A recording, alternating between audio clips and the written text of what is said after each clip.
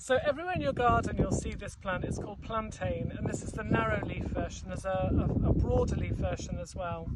And up here in the Hebrides there are stories about how this plant is used. I mean, generally speaking, it's used for wounds. It's a really wonderful plant for wounds and for calming down inflammation.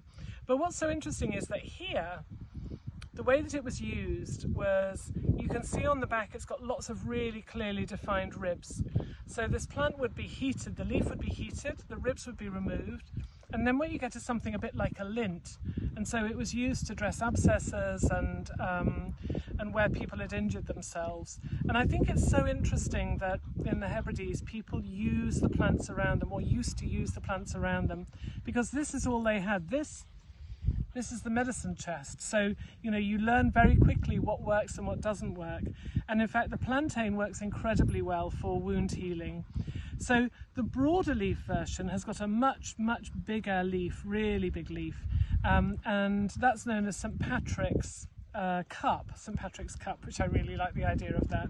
And that was used in the same way. So you remove the ribs, you heat it up, remove the ribs, it creates a lint, and that goes directly onto a wound.